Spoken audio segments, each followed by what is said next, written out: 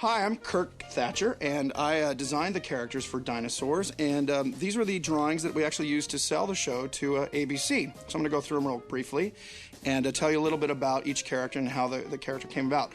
This, obviously, is the father, Earl. He was originally designed to be sort of a Jackie Gleason, blowhard sort of father character. And the personal anecdote I'm going to share is that he was designed to look like my brother. He changed from a Hawaiian shirt to a plaid shirt because he turns out he's going to be a tree pusher for a living, knocking over trees. The only other difference was we changed the jaw and made it a little less pronounced and gave him a little more of a chubby third chin, if you will, to make him a little more friendly, a little more accessible. This is the mom character, Fran. Now, she was designed as an Allosaurus, which is kind of a relative of the T-Rex. Originally, we were thinking, how are we going to tell the females and the males apart, because they're reptiles, so we gave the mom and the daughter hair.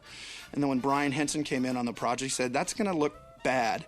So we tried it. We actually made these giant wigs, and he was 100% right. It looked really stupid. So we got rid of the hair and used like frills and horns and things that were evocative of hairstyles but weren't actually hair. The only other thing that I don't know if you can notice on the drawing, but she's wearing toenail polish and little red fingernails on her claws. So another way to kind of tell that she was the female of the species. This is the son, Robbie, who was sort of a non-specific dinosaur type. In the beginning, he was a little more rock and roll punkier than he kind of evolved during the series. You can see he's wearing a leather jacket, and he has these hairs, it wasn't really hair, it was spines that we motorized so they could kind of go backwards and forwards and move according to his mood. It was fun designing Robbie because he was, again, a character that he wasn't really specifically any type of dinosaur that actually ever existed, so we kind of got to create our own.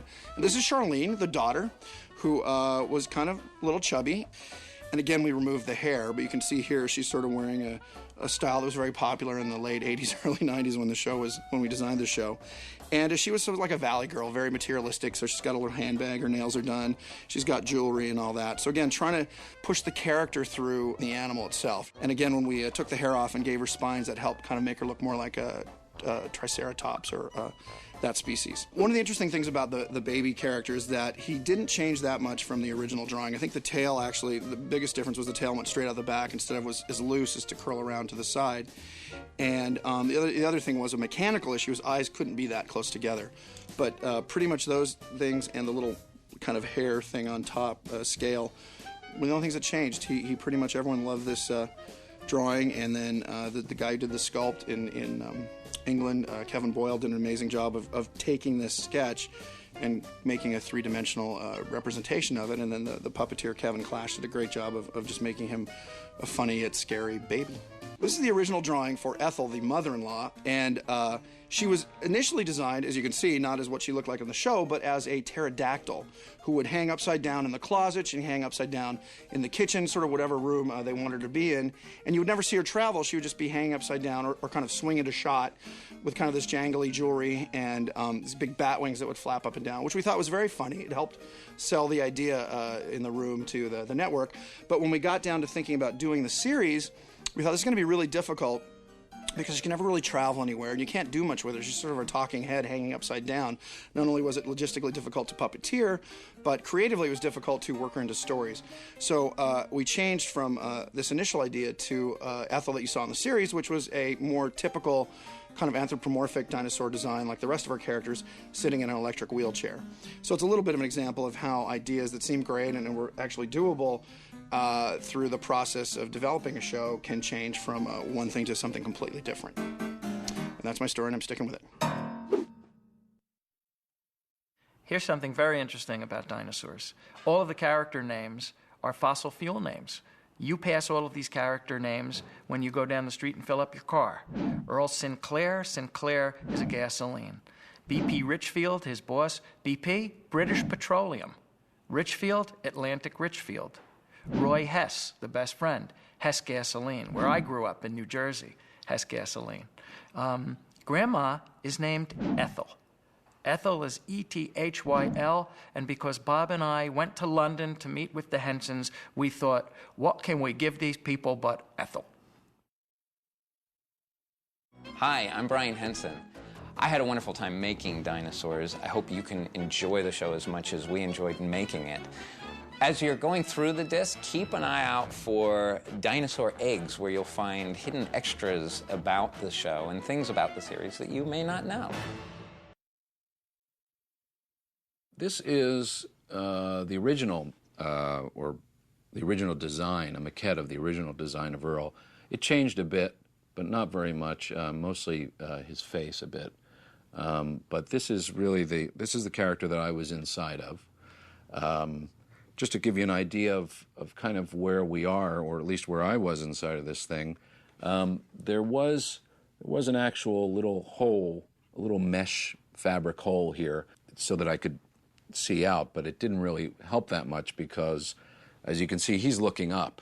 But when the head was straighter, all I could see was down and into his stomach. So most of the time, when I could see was through the mouth, when the mouth was open. So if you can imagine my eyes, if his head were a little straighter, almost like that, my eyes would be about where his jaw is. So my head didn't go all the way to the top. It really only kind of went just to the upper lip, in a sense, which is probably where the top of my head was. My arms were where the arms were, except this was about 3 times or 2 times larger probably than my hands, and longer. The fingers were longer. Also, the width, if you can see, the width of his stance, because he was such a big guy, I had to walk with a saddle between my legs. There was kind of like a saddle that was built into the body, and so I was always straddling that. So my walking was always at this wide stance, you know, which made it kind of difficult to do.